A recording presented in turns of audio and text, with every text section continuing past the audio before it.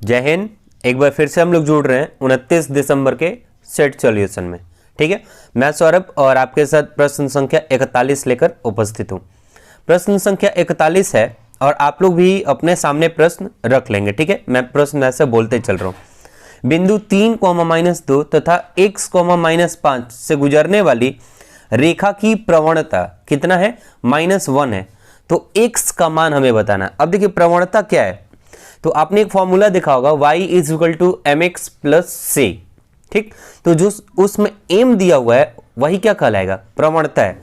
और नॉर्मल अगर इस तरह के प्रश्न हैं तो प्रवणता का डायरेक्ट फॉर्मूला भी आप लिख सकते हैं। क्या होता है? y2 - y1 upon x2 - x1। यहाँ पे प्रवणता का वैल्यू हमें दिया हुआ कितना? -1। मैंने यहाँ पे वही -1 रख दिया है। ठीक है, अब y2 - y1, तो y2 कौन सा होगा? जैसे इसमें एक 3 - 2, तो आप इसको x1 - y1 मान लिए। उसी तरीके से x, 5 है तो उसको x2, y2 मान लेंगे। तो y2 हो गया आपका कौन? 5 और -2 क्या हो गया? y1। वही मैंने यहां पे रख लिया y2 - y1। ठीक है, अपॉन x2 - x1। x2 की जगह पे दिया हुआ x और माइनस इसके जगह पे x1 के जगह पे क्या दिया हुआ है? x1 के जगह पे दिया हुआ है 3, तो उसे आपने रख लिया। और जब आप कैलकुलेट करेंगे तो x का वैल्यू कितना आ जाएगा? -4 आ जाएगा। बढ़ते अपने अगली प्रश्न संख्या 42 की तरफ। प्रश्न है, वर्ग का परिमाप वृत्त के परिमाप के बराबर है, तो वर्ग का क्षेत्रफल वृत्त के क्षेत्रफल के अनुपात में कितना होगा? ध्यान देंगे यहाँ पे कि प्रश्न आपसे कहा है कि वर्ग का परिमाप वृत्त के परिमाप के बराबर है। दोनों के परिमाप का फॉर्मूला लिख लीजिए। ठीक है, तो वर्ग का परिमाप 4a और वृत्त का परिमाप यानी परिधि 2πr। अब जब आप देखेंगे तो आपको निकालना है क्या? वर्ग का क्षेत्रफल और वृत्त का क्षेत्रफल। तो वर्ग के क्षेत्रफल निकालने में आपको क्या चाहिए? आपको भुजा चाहिए। तो 4a और 2πr के सहारे आपको a का वैल्यू निकाल लेना होगा। हमने यहाँ पे वही किया है, a का वैल्यू निकाल लिया। ठीक, a = πr/2। उसी तरीके से इसी इक्वेशन के सहारे आपको त्रिज्या भी निकालनी होगी, क्योंकि फॉर्मूला होता है आपका πr², क्या? वृत्त का क्षेत्रफल।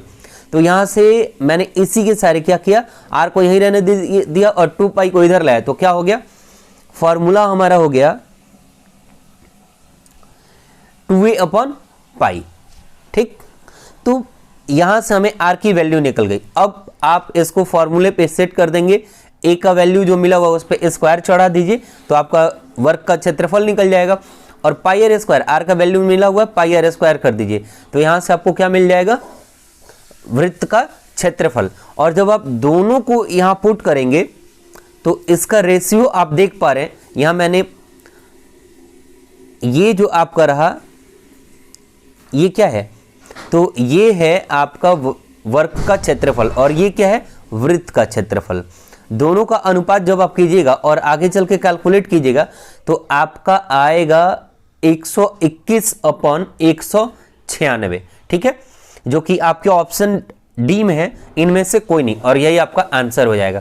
अगर आपसे यहीं पे भुजा पूछता तो आप इसका क्या करते? स्क्वायर कर देते और यहां से दोनों की भुजाएं यानी 11:14 आपका आंसर आ जाता। लेकिन इसमें आपसे क्षेत्रफल पूछा इसलिए आप कोई छेड़छाड़ नहीं करेंगे। अगला प्रश्न है 43। प्रश्न दिया हुआ है 3y = 4x + 7 तथा 3y = 4x - 8 और पूछ रहा है कि इन दोनों रेखाओं के बीच की दूरी क्या है। ठीक है, तो ध्यान देंगे कि अगर आपने जो इक्वेशन दिया हुआ है उसका फॉर्मेट ध्यान दे रहे होंगे तो आपको लग रहा होगा कि y = mx + c दिया हुआ है। क्या दिया हुआ है? y = mx + c दिया हुआ है। ठीक है, और अगर इस तरह का इक्वेशन दिया हुआ हो तो उस स्थिति में आप जो डिस्टेंस फॉर्मूला लगाते हैं दो लाइन के बीच का, तो एक c को c1 मान लीजिएगा और एक c को c2 मान लीजिएगा। ठीक है, और एक बात और भी यहां पे आप ध्यान देंगे कि आपको जो दोनों 3y और 4x या फिर 3y और 4x जो दोनों इक्वेशन में दिए हुए हैं, ये अगर नंबर आपको डिफरेंट मिले तो आपका पहला काम होगा कि इस नंबर को सेम करें। ठीक है, और इसके बाद आप डिस्टेंस फॉर्मूला जो दो लाइन के बीच का होता है उसको पुट कर देंगे। क्या फॉर्मूला होता है, तो यहां मैंने आपके सहूलियत के लिए लिख रखा है क्या, कि मॉड के अंदर C1 minus C2 upon root under A square plus B square. ठीक है, C1 माइनस C2 आपने करा तो C1 का वैल्यू कितना दिया हुआ है 7 और C2 का वैल्यू कितना दिया हुआ है -8। यहां मैंने उसी को रखा है। ठीक है, तो यहां से आ गया 15 और इसका जब आप स्क्वायर रूट कीजिएगा तो आ जाएगा 5 और आंसर हो गया आपका 3। इस तरह का और भी अगर आपको क्वेश्चंस डाउट आता है तो आप मुझे, जो मैंने आपको व्हाट्सएप नंबर लास्ट में बताया हुआ है, ठीक है, उस पर मुझे व्हाट्सएप कर लेंगे, वहां से भी इस तरह के प्रश्न हम आपको सॉल्व करके बताते रहेंगे। बढ़ते अपने अगली प्रश्न संख्या 44 की तरफ। अगला प्रश्न है, निम्नलिखित में से कौन नियमित बहुभुज का बाह्य कोण नहीं हो सकता। ध्यान देंगे, यहां पे कहा है कि बहुभुज का बाह्य कोण नहीं हो सकता। तो सबसे बड़ा बात ध्यान देंगे कि बहुभुज का टोटल कोण का योग कितना होता है। मैंने आपको बताया कि बहुभुज का टोटल कोण का योग हमेशा 360 होगा, चाहे भुजाएं कितनी भी दी हुई होंगी। अगर बाह्य कोण पूछेगा तो हमेशा 360 होगा। अंतः कोण बदलते रहेगा भुजाओं के हिसाब से, लेकिन बाह्य कोण हमेशा कितना होता है, तो टोटल बाह्य कोण हमेशा 360 होता है। अब आपके ऑप्शन में देखिए क्या दिए हुए थे। ऑप्शन में आपके थे 45 डिग्री, 60 डिग्री, 90 डिग्री और 70 डिग्री। तो एक बात बताइए कि यहां जो n है, हमें भुजाओं की संख्या निकालनी होती है तो करते हैं कि 360/n। तो n कभी भी होगा तो कोई प्रकृत संख्या ही होगी। क्या होगी, प्रकृत संख्या ही होगी, चाहे 1 हो, 2 हो, 3 हो, 4 हो, 5 हो, यही रहेगा। ठीक, तो अब बताइए कि आप कभी भी किसी फिक्स नंबर से 360 में भागा मारेंगे तो आपके हिसाब, ऑप्शन के हिसाब से आप क्या करेंगे, इस ऑप्शन से भाग देकर के देख लीजिए। तो 70 एक ऐसी संख्या है जिससे 360 कभी कटेगा ही नहीं। तो हमारा आंसर हो जाएगा 70, जो कि ऑप्शन डी में दिया हुआ। ये बाई ऑप्शन आप जाएंगे। ठीक है, बढ़ते अपने अगली प्रश्न संख्या 45 की तरफ। अगला प्रश्न है, एक समलंब चतुर्भुज की समांतर भुजाओं का योग 14.6 सेंटीमीटर है। यदि समांतर भुजाओं के बीच की दूरी 4.5 सेंटीमीटर हो तो समलंब चतुर्भुज का क्षेत्रफल क्या है। तो समलंब चतुर्भुज के क्षेत्रफल का फॉर्मूला होता है कि 1/2 समांतर भुजाओं का योग गुणे उनके बीच की दूरी, या उसी को हम ऊंचाई भी लिख देते हैं। ठीक है, तो यहां से जब आप कैलकुलेट करेंगे तो आपका आंसर आ जाएगा 32.85 सेंटीमीटर स्क्वायर, क्योंकि कभी भी क्षेत्रफल का यूनिट स्क्वायर होता है और आयतन का क्यू होता है, और केवल लंबाई या चौड़ाई हो तो मीटर या सेंटीमीटर होता है। ठीक, बढ़ते अपने अगली प्रश्न संख्या 46 की तरफ। अगला प्रश्न है, यदि a + b = 2c दिया है तो a/a-c प्लस c/b-c का मान कितना हो। हमने आपको पहले भी बताया और एक बार फिर से याद दिलाते हैं, कभी भी अलजेब्रा का इस तरह का प्रश्न आए, ठीक, तो इस तरह के प्रश्न में दो बात ख्याल रखे जाएंगे। एक कि प्रश्न में जो हमें पूछा है वो फ्रैक्शन में तो नहीं दिया है। अगर फ्रैक्शन में दिया है तो एक बात का और ध्यान रखेंगे, क्या कि नीचे वाला जो बेस है, अर्थात जिसको हम हर कहते हैं, वैल्यू रखने पे वो जीरो नहीं होना चाहिए। बाकी जो मन करे वो वैल्यू रखिए और जिसको जीरो करना उसको कर लीजिए। लेकिन एक बात आप ध्यान देंगे, पहला कि जो आपका हर है वो जीरो किसी भी कीमत पर नहीं होना चाहिए। अंश जीरो हो जाए कोई दिक्कत नहीं है, लेकिन हर किसी भी कीमत पे जीरो नहीं होना चाहिए। और दूसरा कि ऑप्शन में हम ये अपना वैल्यू रख रहे हैं तो कहीं ऐसा तो नहीं दो ऑप्शन के वैल्यू सेम आ जा रहे हैं। ठीक, अगर ये दो बात आप समझ गए तो अलजेब्रा में किसी भी प्रश्न में वैल्यू पुट कीजिए और आंसर अपना फाइंड आउट कीजिए। और यही तरीका ट्रिग्नोमेट्री के भी प्रश्नों में लगाया जाता है। ठीक, अब यहां पे प्रश्न में दिया हुआ है a + b = 2c। ठीक, और आप एक और भी काम करें, जितना छोटा से छोटा वैल्यू रख के कैलकुलेशन खत्म करने का प्रयास करें, क्योंकि जितना बड़ा वैल्यू रखेंगे उतना ही ज्यादा कैलकुलेशन होगा, फिर तो टाइम उतना ही लग जाएगा। ठीक, अब जैसे प्रश्न में दिया हुआ है कि a/a-c प्लस c/b-c, यहां पे एक छोटा सा काम अगर आप करें, क्या कि a, b और c का वैल्यू रखिए और ऐसा वैल्यू रखिए जिससे कैलकुलेशन कम हो।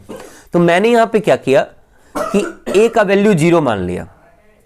क्या किया, a का वैल्यू 0 मान लिया। अब a का वैल्यू 0 मानने से दिक्कत है कि नहीं है ये समझ लीजिए। तो ऊपर में a का वैल्यू 0 हो गया, कोई दिक्कत नहीं है, नीचे नहीं होना चाहिए। a का वैल्यू नीचे में मैंने 0 रखा और -c का वैल्यू मैंने यहां पे 1 मान लिया, c का वैल्यू 1 मान लिया। अब देखिए c का वैल्यू अगर मैं 1 मान लिया तो 2 × 1, तो b का वैल्यू हमें कितना मानना पड़ेगा, 2। तो बी का वैल्यू मैंने 2 मान लिया, सी का वैल्यू 1 मान लिया और ए का 0 मान लिया। ए का 0 मानने से नीचे तो 0 नहीं हो रहा है लेकिन ऊपर में 0 हो गया। ठीक है, अच्छी बात है, हम भी चाहते हैं कि ऊपर में 0 हो जाए ताकि कैलकुलेशन खत्म हो जाए। ठीक, और ऊपर में जब मैंने 0 मान लिया तो ये पूरा का पूरा 0 हो गया। हमको अब इसको सॉल्व ही नहीं करना है। देखिए कितना टाइम बच गया हमारा। ठीक, हमारे पास अब सिर्फ और सिर्फ इतने को सॉल्व करने का काम बचा है। सी का वैल्यू मैंने क्या माना है 1, मैंने 1 रख दिया, और बी का वैल्यू मैंने क्या माना था 2, मैंने नीचे में 2 रखा और फिर माइनस का 1 कर दिया। देखिए सेकंडों में आपका आंसर 1 आ जाएगा। ठीक है, बढ़ते अपने अगले प्रश्न संख्या 47 की तरफ। अगला प्रश्न है कि 2x upon x square minus 2x plus 1 बराबर दिया हुआ है 1/7।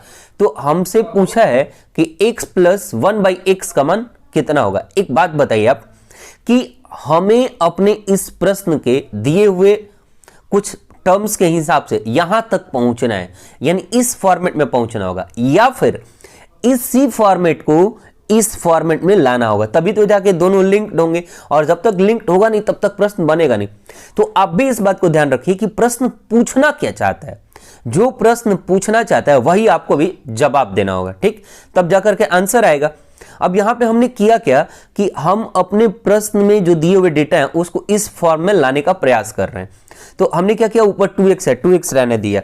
अगर मैं नीचे वाले में से x कॉमन ले लूं तो एक्स स्क्वायर से x कॉमन लिया तो x बचा अंदर में, माइनस 2x से कॉमन लिया x तो सिर्फ 2 बचा, और 1 से अगर कॉमन लेंगे तो इसके पास तो x था नहीं तो इसके नीचे में x आ जाएगा, क्योंकि कॉमन का मतलब ही होता है भाग देना। ठीक ना, हम ये भी कह सकते थे नीचे वाले में सब में x से मैंने भाग दे दिया है, बात तो बराबर हो जाती। ठीक, अब देखिए जब यहां से ऐसे हुआ तो इस x को इस x से मैंने कैंसिल कर दिया है, कट भी जाएगा, आपको भी इतने छोटा चीज पता होगा।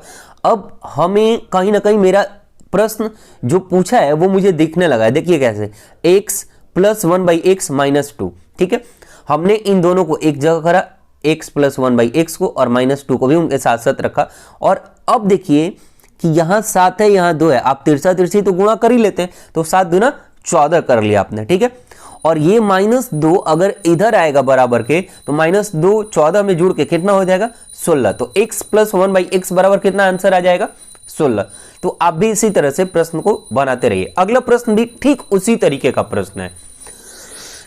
ध्यान दीजिएगा कैसे, प्रश्न में पूछा है कि y प्लस 1/2y बराबर 4 है, तो 8y³ प्लस 1/y³ का वैल्यू बताइए। अब देखिए एक बात तो तय हो गया प्रश्न को देखने के साथ ही कि इसका क्यूब जब हम करेंगे इस टोटल का, ठीक, तभी जाकर के बात बनेगी। लेकिन एक बात और भी ध्यान दीजिए, जैसे ही क्यूब कीजिएगा तो यहां तो y³ हो गया, लेकिन नीचे में 8y³ हो जा रहा है, और नीचे में हमको सिर्फ चाहिए y³ और यहां पे चाहिए 8।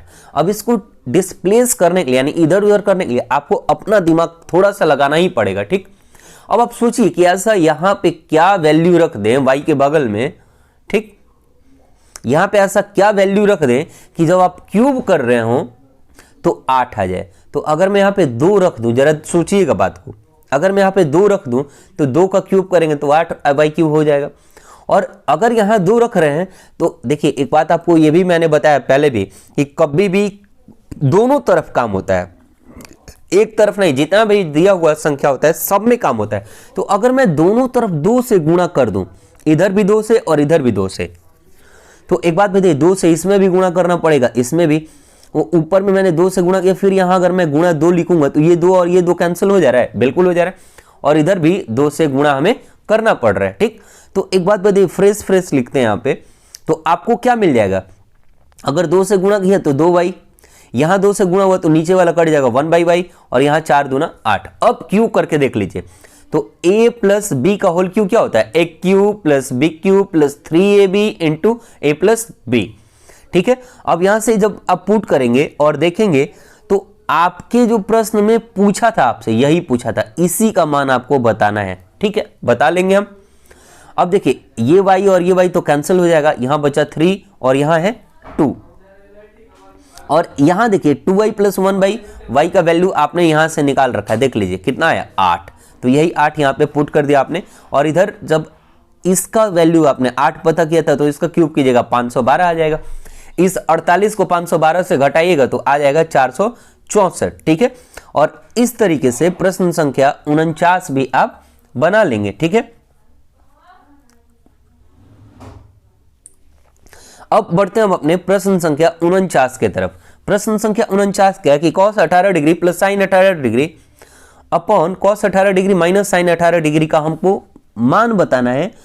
ऑप्शन जरूर देखिएगा, जब भी आपको ट्रिग्नोमेट्री और अलजेब्रा का प्रश्न मिले तो बिना ऑप्शन देखे आप आगे बढ़ेंगे ही नहीं। ऑप्शन क्यों देखेंगे? क्योंकि ऑप्शन एक तरीका देता है कि किस फॉर्मेट में आपसे पूछा गया। जब तक आपको ये पता नहीं चलेगा किस फॉर्मेट में पूछा गया, आप पक्का है कि गलत बनाएंगे, ठीक। तो इसमें tan और cot के फॉर्म में आंसर पूछा गया, तो हमको अपने प्रश्न को क्या करना पड़ेगा? tan और cot के फॉर्म में ले जाना होगा, ठीक। अब हम ले चलते हैं इसको tan या cot के फॉर्म में, ठीक। tan या cot के फॉर्म में ले जाने के लिए क्या करना पड़ेगा? अगर हम नीचे सबके नीचे cos से डिवाइड कर दें तो cos cos कैंसिल हो जाएगा, ठीक। साइन बटे cos tan हो जाएगा और यहां भी cos कैंसिल, यहां tan हो जाएगा, जैसा कि आप देख रहे हैं। और डिग्री हमेशा दोनों का एंगल सेम रहेगा तभी साइन बटा cos होता है ना। तो इतना तो मैं उम्मीद करता हूं कि आपको समझ में भी आता होगा। और सेम चीज जितना भी कुछ दिया होता है सबके साथ किया जाता है। मैंने नीचे भी वही करा। तो यहां से आप देख रहे होंगे कि cos cos कैंसिल हो गया, यहां आया 1 और साइन थीटा बटे cos थीटा बराबर tan थीटा। यही बात यहां भी, और साइन थीटा बटे cos थीटा tan थीटा।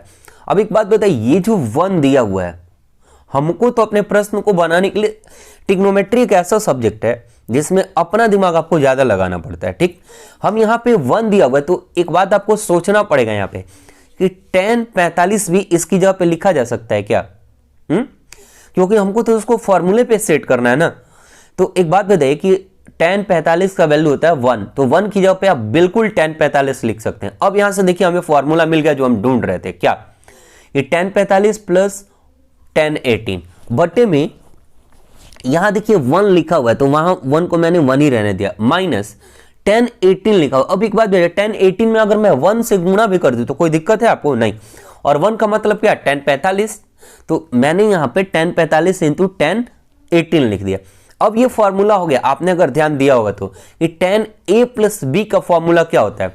तो tan a प्लस b का फॉर्मूला यहां पे मैंने इसीलिए हिंट के तौर पे लिखा भी है, जिनको याद नहीं होगा याद कर लीजिएगा कि tan a प्लस b का फॉर्मूला होता है tan a plus tan b बटा में 1 minus tan a into tan b, ठीक है। और अब देखिए ये जो बात है ये बिल्कुल इसी बात पर फिट बैठ जाता है। तो यहां से हम इतने के बदले में ये लिख सकते हैं tan a प्लस b। क्या लिख सकते हैं? tan a प्लस b, ठीक है। और tan a की जगह पे दिया 45, b की जगह पे दिया 18 और हमने यहां से लिख लिया tan a प्लस b। और tan a प्लस b को अगर आप जोड़िएगा तो tan 63 डिग्री आएगा, जो कि आपके ऑप्शन में नहीं है। तो ऑप्शन डी आपका आंसर हो जाएगा, ठीक है। बढ़ते हैं अगले प्रश्न संख्या 50 की तरफ।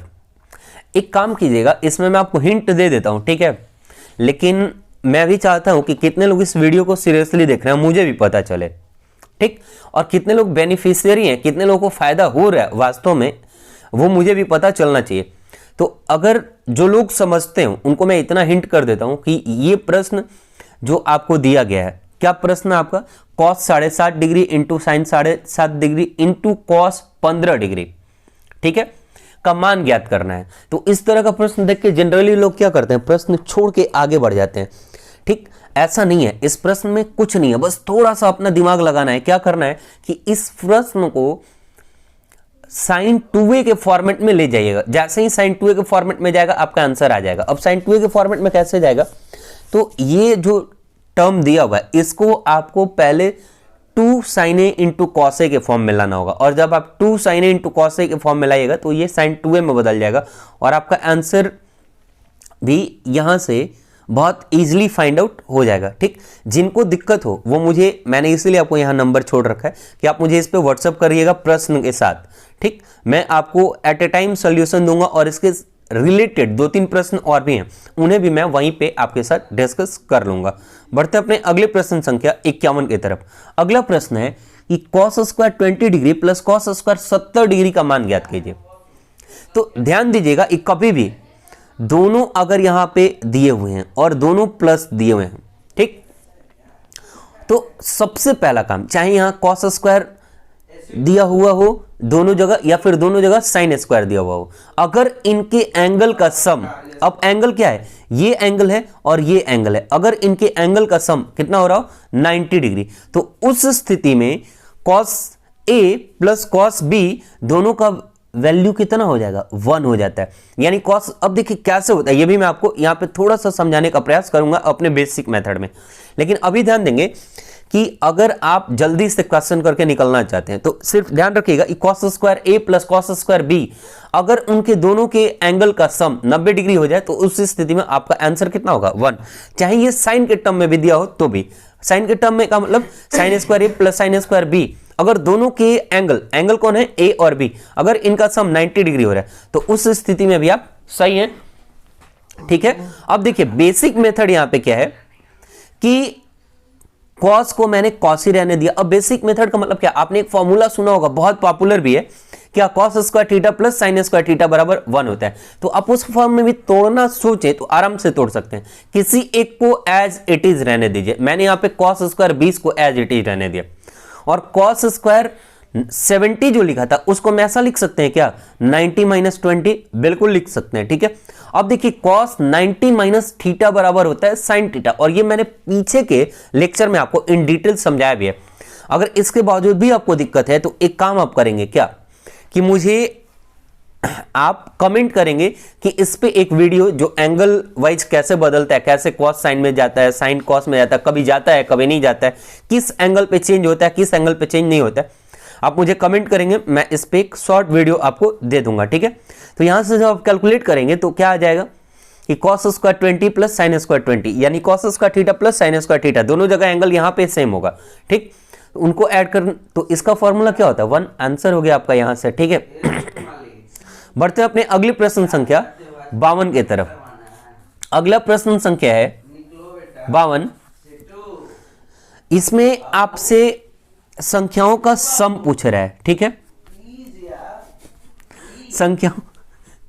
संख्याओं का सम पूछ रहा है। प्रश्न में पूछा गया है कि श्रृंखला 413, 431, 449, इसी तरह के अगर लगातार 9 पद हों, ठीक, तो उनका योग कितना होगा। अब लगातार 9 पद हों तो उनका योग कितना होगा। अब एक बात बताइए कि इसमें हमें क्या बताना है, पहले तो ये सोचेंगे। तो अगर योग दे रहा है तो आप एक बात क्लियरली हो जाइए, ये कहीं ना कहीं एपी वाला फॉर्मूला लग सकता है, ठीक। और यहां से अब एपी वाला फॉर्मूला लगने के लिए क्या लगाना होगा दिमाग में, कि सम ऑफ n टर्म्स के लिए क्या क्या चाहिए होता हमें। तो पहला पद चाहिए, तो पहला पद तो 413 हो जाएगा, बिल्कुल कोई दिक्कत नहीं है। कितने पदों तक जाना है, तो 9 पदों तक, तो n का मान भी हमें पता चल गया, यानी a पता चल गया, n पता चल गया। a जब होता है वो पहला पद होता है, n पता चल गया। एक चीज और चाहिए होता है जिसको हम d से डिनोट करते हैं। अब d क्या है, तो इन दो पदों के बीच का गैप है। जैसे 413 से 431 जाने पे कितने का गैप हो रहा है, 18 का। 431 से 449 जा रहा है तो कितने का गैप हो रहा है, 18। यानी कि इन दोनों के बीच का जो डिफरेंस है वो क्या है, सेम है।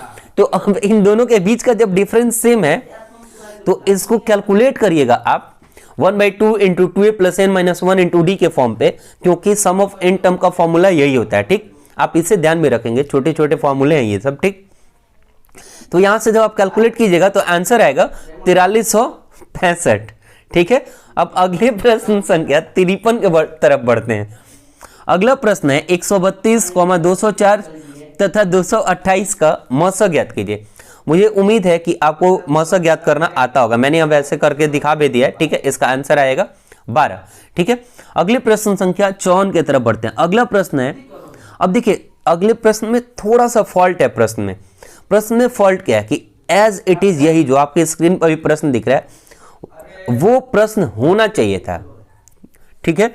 क्या प्रश्न होना चाहिए था, तो प्रश्न के तौर पे ये होना चाहिए था जो मैं यहां लिखा हुआ हूं, यानी कि यहां पर भी माइनस होना चाहिए था और यहां भी माइनस होना चाहिए था। लेकिन प्रश्न में गलती से यहां माइनस दिया ही नहीं, यहां भी प्लस दे दिया, यहां भी प्लस दे दिया, यहां भी प्लस, यहां भी प्लस।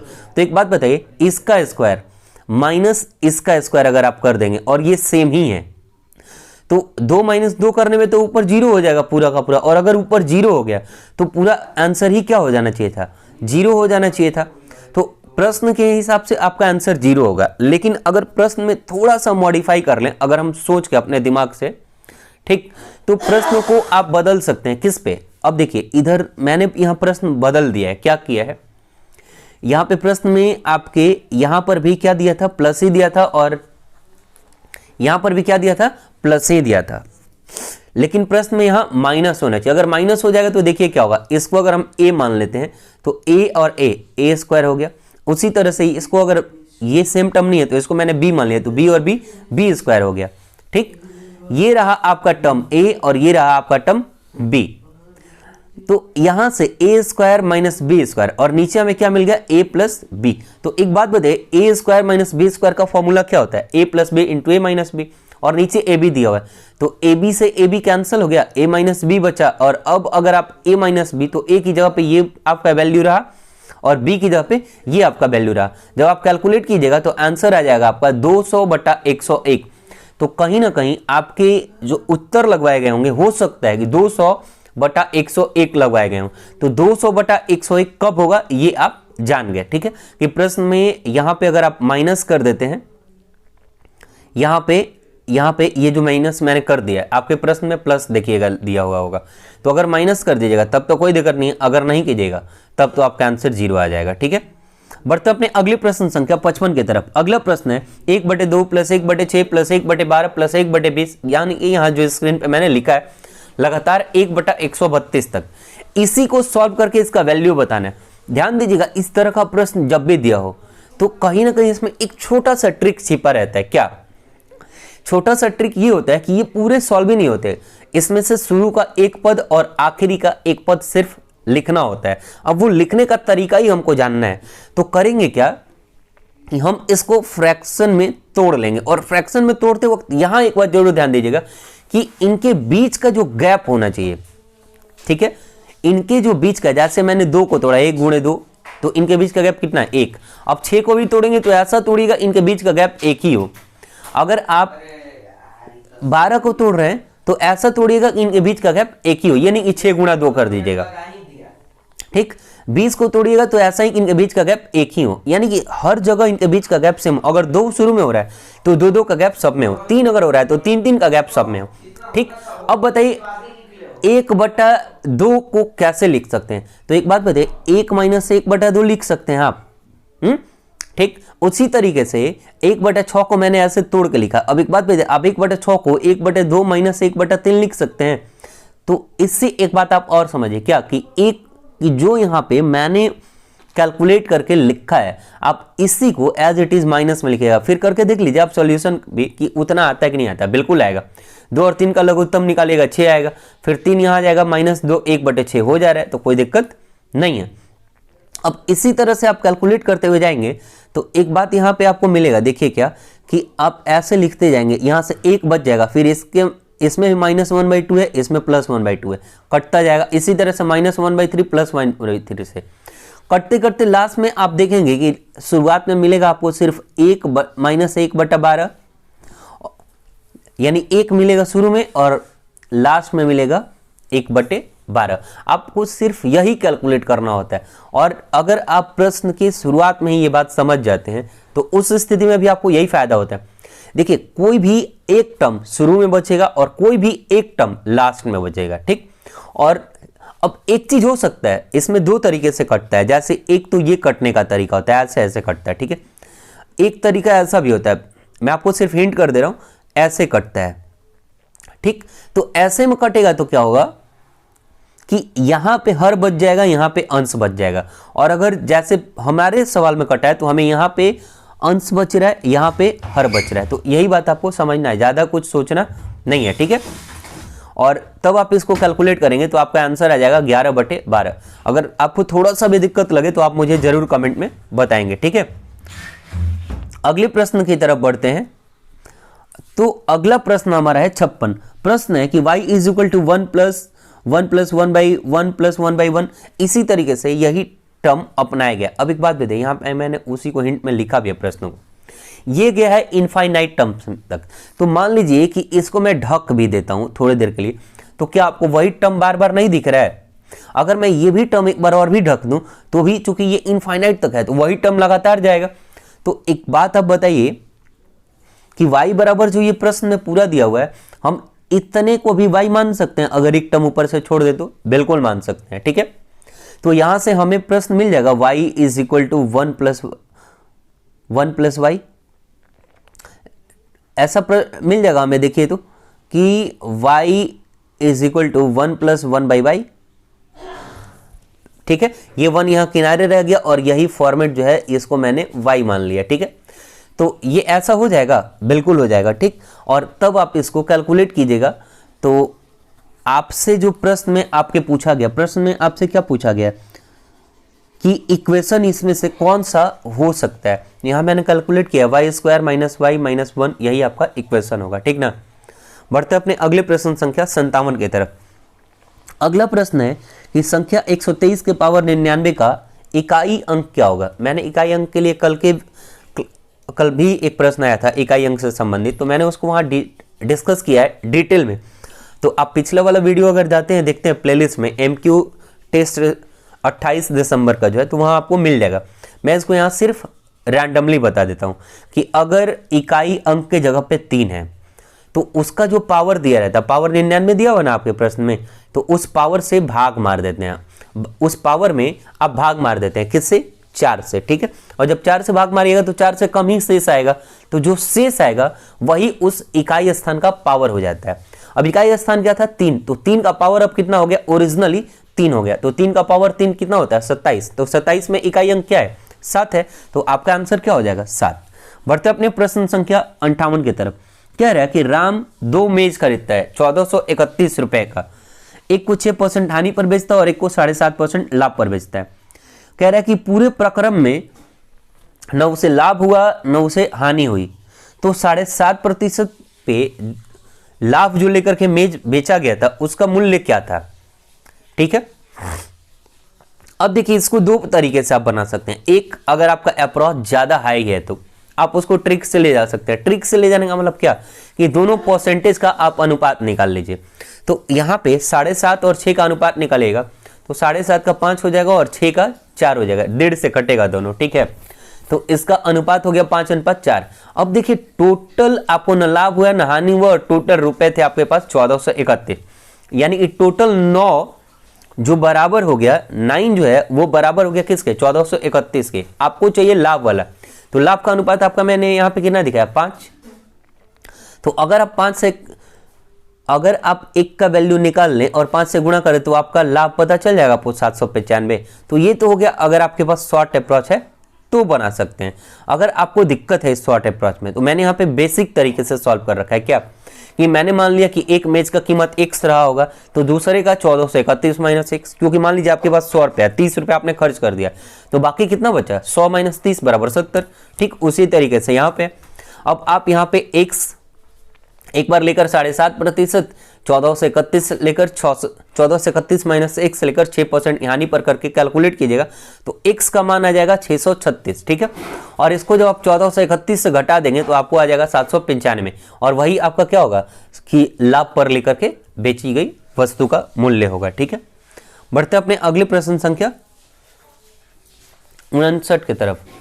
अगला प्रश्न है एक कक्षा के 40 लड़कों की औसत आयु 18 वर्ष है। जब कक्षा में अध्यापक की आयु शामिल कर लिया जाता है तो यह औसत 19 हो जाता है।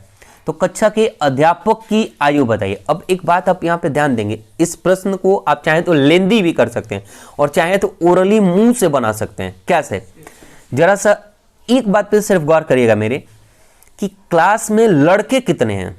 40, ठीक। और आपको बहुत ज्यादा यहाँ पे सोचना भी नहीं है, क्लास में लड़के कितने हैं? 40। और कितने आते हैं? तो एक आदमी और आ रहा है, टोटल आदमी कितने हो गए? 41। अब बताइए कि टोटल आदमी की औसत आयु कितना बढ़ रही है? तो 18 से 19 हो रहा है, यानी सबकी औसत आयु 1-1 साल बढ़ जा रही है।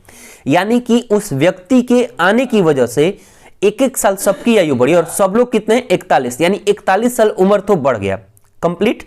और अब बताइए 41 साल उम्र तो उसमें नया बढ़ा, पूरे ग्रुप में 41 साल ज्यादा उम्र हुआ, और इसके बाद उस ग्रुप की औसत आयु कितनी थी? 18, यानी कि 18 18 18 18, तो उस व्यक्ति के आने के बाद भी सबकी आयु रही थी, और 41 साल उसकी आयु ज्यादा हुई, तो 41 और 18 को आप जोड़िएगा तो कितना हो जाएगा? 59 वर्ष। इस तरह का प्रश्न मुझे लगता है, जैसा कि मैं बनाता हूं, मुझे लगता है कि कभी भी इस तरह का एवरेज का प्रश्न है तो आपको पेन और कॉपी नहीं उठाना चाहिए, ठीक, क्योंकि इसका एकमात्र ट्रिक है कि टोटल लोग कितने हैं। टोटल लोग मान लीजिए 41 हैं, सबकी आयु कितनी बढ़ी? 1-1 वर्ष, और इसके बाद जो पहला आपका औसत आयु दिया होता है उसको उसमें जोड़ दीजिए, आपका आंसर हो गया, ठीक। कब? जब आयु बढ़ रही है तब, घट रही है तो आपका जो आयु दिया उसके हिसाब से प्रश्न रहेगा और आप घटा लेते हैं, ठीक। तो इसमें बहुत ज्यादा टेंशन की बात नहीं है। बढ़ते अपने अगले प्रश्न संख्या 60 के तरफ। अगला प्रश्न है कि x का मान ज्ञात कीजिए। मुझे लगता है कि ये सिंप्लीफिकेशन का क्वेश्चन है और इसको बताने की जरूरत नहीं है, क्योंकि 41 × 26 - 17 × 23, ठीक। अगर आप चाहें तो यहां से इजीली कैलकुलेट करेंगे, इसे फिर भाग दिया हुआ है और अब इसे कैलकुलेट करके खुद भी बना सकते हैं। इसका आंसर होगा 737, ठीक है। बढ़ते हैं अपने अगले प्रश्न संख्या 61 के तरफ। अगला प्रश्न है कि एक ट्रेन 64 किलोमीटर प्रति घंटे की चाल से चल रही है और इसकी लंबाई 130 मीटर है, तो 8 किलोमीटर प्रति घंटे की चाल से चलने वाले आदमी को ट्रेन कितने समय में पार करेगी? अब ध्यान दीजिए, यहां पे प्रश्न में थोड़ा सा एक चीज छोड़ा हुआ है, वो उसने बताया ही नहीं कि आदमी किधर चल रहा है, सेम डायरेक्शन में चल रहा है, यानी कि ट्रेन जिधर जा रही है उधर ही आदमी जा रहा है, या फिर ट्रेन जिधर जा रही है तो ट्रेन की तरफ आदमी आ रहा है, ठीक। तो इस स्थिति में आप क्या करेंगे कि आप कैलकुलेट करेंगे कि ट्रेन और आदमी एक दूसरे की अपोजिट डायरेक्शन में चल रहे हैं, और जब एक दूसरे के अपोजिट डायरेक्शन में चलते हैं तो उस स्थिति में दोनों का स्पीड क्या करते हैं? जोड़ लेते हैं हम। यहाँ पे मैंने वही स्पीड जोड़ लिया, 64 और 8 दोनों की स्पीड थी। मैंने एक बात आपसे और भी साझा की है कि ट्रेन और आदमी दिया हो, ट्रेन और पुल दिया हो तो पुल की लंबाई मानी जाएगी, लेकिन ट्रेन और आदमी दिया हुआ हो तो आदमी की लंबाई 9 के बराबर मानी जाती है, इसलिए 0 काउंट किया जाता है। ट्रेन और पोल दिया हो, पुल नहीं पोल, ठीक है, तो पोल यानी खंबे की भी लंबाई नहीं मापी जाती, ट्रेन की ही लंबाई टोटल लंबाई मान ली जाती है। तो ट्रेन की लंबाई 130/64 + 8, लेकिन एक बात ध्यान देंगे, ये ऊपर में मीटर में दिया और नीचे जो स्पीड दिया वो किलोमीटर प्रति घंटा में दिया, तो किलोमीटर प्रति घंटा को आप बदल लेंगे मीटर पर सेकंड में, तो इसके लिए क्या करते हैं 5/18 से गुणा कर लेंगे अपने किलोमीटर प्रति घंटा में, कैलकुलेट कीजिएगा 6.5 सेकंड इसका आंसर आ जाएगा, ठीक है। बढ़ते अपने अगले प्रश्न संख्या 62 की तरफ। अगला प्रश्न है, दो व्यक्तियों के बीच का अंतर 18 वर्ष का है, ठीक। यदि 8 वर्ष पहले बड़ा व्यक्ति छोटे से 3 गुना था तो बड़े व्यक्ति की वर्तमान आयु बताइए। अब एक बात बताइए कि मान लेते हैं छोटे व्यक्ति का आयु x था, बड़े का कितना था x + 18। हालांकि आप जब एग्जाम में होंगे तो ये बात आपको लिखना नहीं होगा। कह रहा है कि 8 साल पहले, तो एक बात बताइए कि आज इनकी आयु है x और x + 18, तो 8 साल पहले यानी x - 8, ठीक। और उसी तरीके से कहा कि 8 साल पहले का मतलब छोटा ही वाला थोड़ी 8 साल पहले जाएगा, बड़ा वाला भी तो 8 साल पहले दिखा जाएगा, तो बड़े वाले का क्या लिखा जाएगा कि 8 साल पहले, तो ये लिख लिए, बड़े वाले की उम्र में भी 8 साल मैंने घटा लिया, ठीक। अब 8 साल पहले दोनों का हो गया। कह रहा है कि 8 साल पहले बड़े वाले की आयु छोटे वाले आयु की 3 गुना थी, यानी कि 8 साल पहले मान लीजिए कि छोटे वाले का आयु 8 वर्ष था तो बड़े वाले का आयु 24 वर्ष रहा होगा। अब दोनों को बराबर करके ही हम x का वैल्यू निकाल सकते हैं, तो दोनों को बराबर करने इस स्थिति में क्या किया जाएगा, बड़े वाले में 3 से गुणा कर देगी छोटे वाले में, बड़ा वाला तो खुद बड़ा है, छोटे वाले को उसके बराबर करना होता है, ठीक। तो छोटे वाले में 3 से गुणा करेंगे हम।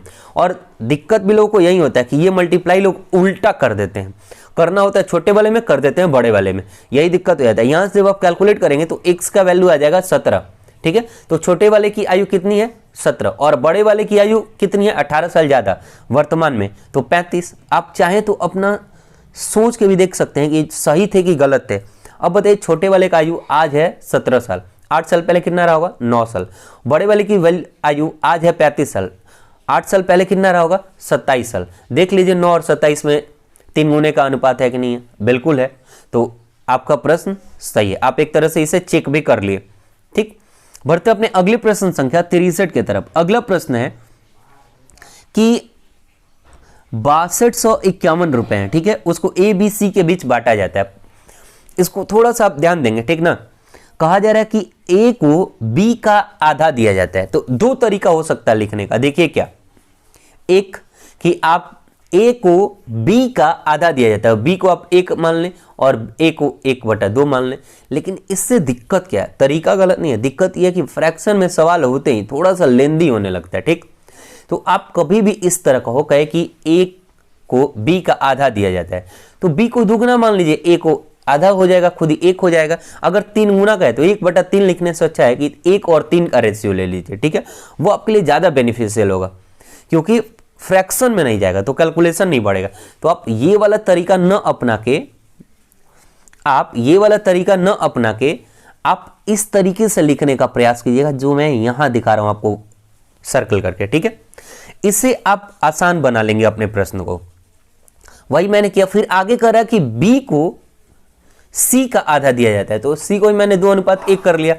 अब a/b और b/c दोनों अलग अलग हैं, हमको तीनों को a/b/c में लिखना है। मैंने यहां उसी तरीके से लिखा है। देखिए लिखते कैसे हैं वो तरीका मैं आपको बता देता हूं जिनको नहीं पता होगा उनके लिए। ठीक, इसको लिखते कैसे हैं कि a/b लिख लिया ऊपर में, फिर इसके ठीक नीचे b के नीचे लिखेंगे b/c। ठीक, और हमारा टारगेट होगा कि b को बराबर कर ले क्योंकि दोनों जगह b अलग अलग है, एक जगह 2 है एक जगह 1 है, तो b को बराबर करना होता है। आपने द्विघात समीकरण पढ़ा होगा ना, 2 जो दिया रहता है जैसे 4x + 5y 3x + 2y, इसमें y या x को आप बराबर करते हैं डेटा उठा करके मल्टीप्लाई करके। तो ठीक उसी तरीके से b का जो नीचे वाला वैल्यू है ऊपर में गुणा कर दीजिए और b का जो ऊपर वाला वैल्यू है उसको नीचे में गुणा कर दीजिए। तो हमने वही किया, b का नीचे वाला वैल्यू था 1 से ऊपर में गुणा कर दिया, b का ऊपर वाला वैल्यू था 2, मैंने 2 से नीचे में गुणा कर दिया। तो यहां से आप देखेंगे 1:2:4 आपका a b c का वैल्यू निकल गया। ठीक, अब कह रहा है कि टोटल कितनी थी, पैसे टोटल कितने थे, 6251 थे। 3 लोगों को दिया गया था, किसको किसको, a b और c को। तो a b और c टोटल कितने हैं, 7 हैं और 7 लोग यानी इस 7 को कितना पैसा दिया गया था, 6251। किसका हिस्सा पूछ रहा है, c का। तो 6251/7 और c का हिस्सा गुणा कर देंगे उसमें 4, आंसर आ जाएगा आपका 3572 रुपए। ठीक है, बढ़ते हैं अपने अगले प्रश्न संख्या 64 की तरफ। अगला प्रश्न क्या है कि पाइप P 24 मिनट में पानी भर सकता है किसी टंकी में, Q है उसी को 40 मिनट भरने, यानी Q को उसी टंकी को भरने में 40 मिनट लगते हैं। कह रहा है कि एक पाइप और भी है, कौन, R, जो कि 30 मिनट में भरी हुई टंकी को खाली कर सकता है। पूछा गया कि तीनों अगर एक ही साथ खोल देंगे तो टंकी भरेगा या फिर टंकी खाली हो जाएगा। अगर भरेगा तो कितने समय में भरेगा, अगर खाली होगा तो कितने समय में टोटल खाली हो जाएगा। ठीक, अब एक बात बताइए कि सबसे पहले हमको पता चलना चाहिए कि टंकी कितने लीटर का है या फिर टंकी में टोटल पानी कितना अट सकता है। तो जैसे मैंने आपको बताया था ना कि मजदूर का टाइम दिया हुआ हो तो उनका एलसीएम हो जाता है उनका टोटल काम, उसी तरीके से पाइप कितने घंटों में भर सकता है अगर ये दिया हुआ हो तो इसी का एलसीएम निकालिएगा तो टंकी की क्षमता निकल जाती है, यानी कि टंकी में टोटल पानी कितना आ सकता है ये। तो 24, 40 और 30 का लघुत्तम क्या होगा, 120, यानी कि पानी टोटल टंकी में आ सकता है कितना, 120। अब एक बात बताइए कि 24 मिनट लगता है 120 भरने में, तो 1 मिनट में कितना भरेगा, 5 लीटर। इतनी बात तो समझ में आ रही होगी। 40 मिनट लगता है 120 लीटर भरने में, तो 1 मिनट में कितना भरेगा, 3 लीटर। ये भी बात समझ में आ रही होगी। और एक बात और भी यहाँ पे कि 30 मिनट लगता है खाली करने में 120 लीटर को, तो 1 मिनट में कितना खाली होता होगा, 4 लीटर। तो देखिए आप भी लिखने का एक तरीका सीख लीजिए, क्या कि जो भर रहा है वो प्लस है, जो निकाल रहा है वो माइनस है। इस तरह से आप लिख लेंगे तो कैलकुलेट करने में दिक्कत नहीं होगा, पता चल जाएगा ये टंकी खाली होगा ये भरेगा, क्योंकि माइनस की संख्या ज्यादा हो जाएगी तो खाली होगा और प्लस की संख्या ज्यादा रहेगी तो टंकी भरेगा। ठीक, अब एक बात पे देखिए पी क्यू आर तीनों को एक साथ खोला गया तो P और Q भर रहे हैं क्योंकि उनके साथ प्लस दिया हुआ है या फिर प्रश्न में भी कहा हुआ है। ठीक, तो P और Q 1 मिनट में एक ही साथ मिलकर कितना भरेंगे, 5 और 3 यानी 8, और R 1 मिनट में कितना खाली करेगा, 4। तो 8 भर रहा है और 4 खत्म हो जा रहा है उस एक ही मिनट में, तो कितना बचा नेट, 4, यानी कि टंकी खाली नहीं होगा, टंकी भरेगा। 1 मिनट में टंकी तीनों जब चलाया जाएगा तो 4 लीटर भरेगा। अब 120 लीटर भरना है, 4 लीटर 1 मिनट में भर रहा है तो 120/4 कर दीजिए, 30 मिनट में आपकी टंकी पूरी भर जाएगी। ठीक, बढ़ते अपने अगले प्रश्न संख्या 65 की तरफ। अगला प्रश्न क्या है अगला प्रश्न है, एक आदमी एक निश्चित स्थान पर जाने और वापस आने के लिए 10 किलोमीटर प्रति घंटे की चाल से शांत जल में नाव चला सकता है। पूछा गया कि पूरी यात्रा के लिए औसत चाल ज्ञात कीजिए यदि नदी 5 किलोमीटर प्रति घंटे की गति से बह रही हो। कोई दिक्कत नहीं है, इस तरीके का प्रश्न जब भी आप बनाएं तो औसत चाल तो निकालना आपको पता है क्या, 2ab बटा में प्लस बी अगर दो लोग का दिया हो तो कोई दिक्कत ही नहीं है। अब ए और बी कैसे निकालेंगे, तो एक बात बताइए, जाने का ए मान लीजिए या फिर आने का ए मान लीजिए, उससे कोई दिक्कत नहीं है, किसी एक को ए मान लीजिए, किसी एक को बी मान लीजिए। अब देखिए नदी के साथ जाएगा और नदी भी की धारा भी है और आपका नाव की भी धारा है, तो अगर साथ साथ जाएगा तो दोनों जोड़ देते हैं, तो 10 और 5 दोनों जोड़ गया 15, यानी जाने के समय आपका स्पीड था 15, आने के समय आपका स्पीड कितना था, तो 10 माइनस 5, यानी आने के समय आपका स्पीड हो गया 5। ठीक है, तो आने के समय स्पीड हो गया 5, जाने के समय स्पीड था 15। तो ए मान लिया मैंने 15 को, बी मान लिया मैंने 5 को। आप चाहें तो ए मान ले 5 को, बी मान ले 15 को, कोई दिक्कत नहीं है। ठीक, आप फॉर्मूला पुट कीजिएगा, फॉर्मूले पे पुट कीजिएगा तो आपका आंसर आ जाएगा 7.5। ठीक है, बढ़िए अगले प्रश्न की तरफ। अगला प्रश्न है 66, बी का ए प्रतिशत का 50% सी के बी प्रतिशत के 70% के बराबर है। ठीक है, तो इसमें ए का मान हमसे पूछा गया। कोई बात नहीं, इस तरह का प्रश्न जो जो बोले डायरेक्ट वही लिख दीजिए। जैसे बोला कि बी का ए प्रतिशत, हमने लिख दिया बी का ए प्रतिशत यानी ए बटा 100 का 50%, 50 बटे 100 बराबर सी का बी प्रतिशत, तो सी का बी बटे 100 गुणे का 70% का है 70 बटे 100 लिख दे। तो इस तरह से कैलकुलेट कीजिएगा, बी बी कट जाएगा। ठीक है, ए का मान सी के टर्म में आएगा 7 सी बटा 5, इसी को कैलकुलेट कीजिएगा तो 1.4 सी हो जाएगा। आंसर आपका यही हो जाएगा। ठीक, बढ़ते अपने अगले प्रश्न संख्या 67 के तरफ। अगला प्रश्न है, एक व्यक्ति वस्तु पर अंकित मूल्य क्रय मूल्य से 29.5% ज्यादा दर्ज करता है और 10% की छूट देता है, तो उसका प्रतिशत लाभ कितना होगा। अब एक बात बताइए, मैंने आपको पहले ही बोल रखा कि जब भी इस तरह का प्रश्न है लाभ हानि का, क्रय मूल्य विक्रय मूल्य का, तो तुरंत दिमाग में बिठाइए कि जो मेरा पैसा लगा है वही क्रय मूल्य है और क्रय मूल्य हमेशा 100% होता है। ठीक, कहीं कोई फॉर्मूले का आपको यूज ही नहीं करना पड़ेगा, इस तरह से चलते हैं। तो एक बात तो आपको और भी पता होगा, ये अंकित मूल्य पे छूट दे रहा है। मान लीजिए किसी भी वस्तु का कुछ अंकित मूल्य रखा गया है, उस पर छूट दे रहा है, तो छूट देने के बाद वो क्या करता है, वस्तु को बेचता है। तो अंकित मूल्य पर जो छूट दिया जाता है और छूट देने के बाद जो पैसा देना पड़ता है वही क्या है, विक्रय मूल्य है। ठीक, तो विक्रय मूल्य कौन होता है, अंकित मूल्य पर दिए गए छूट के बाद प्राप्त जो राशि होती है वो विक्रय मूल्य होता है। अब देखिए क्रय मूल्य हमारा हो गया 100% और इसी पर अंकित किया गया 29.5%, तो अंकित मूल्य कितना हो गया 129.5%। ठीक है, यानी 129.5% पे 10% की छूट दी जा रही है। टोटल कितना होता है 100%, 10% की छूट दे दी गई तो कितना रहा 90%। तो 129 का 90 बटा 100 कीजिएगा, आपका मिल जाएगा विक्रय मूल्य। और विक्रय मूल्य जैसे ही मिला तो आपसे क्या पूछ रहा है, लाभ, तो विक्रय मूल्य माइनस क्रय मूल्य। क्रय मूल्य कितना था 100%, विक्रय मूल्य कितना हुआ 116.55%, यानी आपका लाभ कितना हुआ 16.55%। कहीं कोई आपको लफड़ा ही नहीं पड़ा। ठीक, बढ़ते हैं अगले प्रश्न संख्या 68 की तरफ। ठीक है, तो अगला प्रश्न संख्या 68 क्या है कि इसमें आपसे 2 वर्षों का अंतर पूछा जा रहा है ब्याज का। किसका किसका, तो साधारण ब्याज का और चक्रवृद्धि ब्याज का। हमें लगता है कि मैंने आपको फॉर्मूला बताया भी था पिछले सेशन में। ठीक, प्रश्न का फॉर्मूला क्या था कि जब भी चक्रवृद्धि ब्याज और साधारण ब्याज का अंतर पूछ रहा हो तो उस स्थिति में 2 वर्ष के लिए फॉर्मूला था P × R/100, और जो R/100 है इसका होल स्क्वायर होता है। ठीक, वही मैंने यहाँ पे पुट कर दिया है, अंतर लिख दिया 69.25 रुपए था और P की जगह पे P रख दिया क्योंकि P ही हमसे पूछा गया है। रेट दिया हुआ है 10%, तो 10 × 10 और 100 का भी 2 बार गुणा हो क्योंकि उस पर भी स्क्वायर चढ़ा है। कैलकुलेट कीजिएगा तो आपको आ जाएगा आपका आंसर 6925 रुपए आंसर हो जाएगा।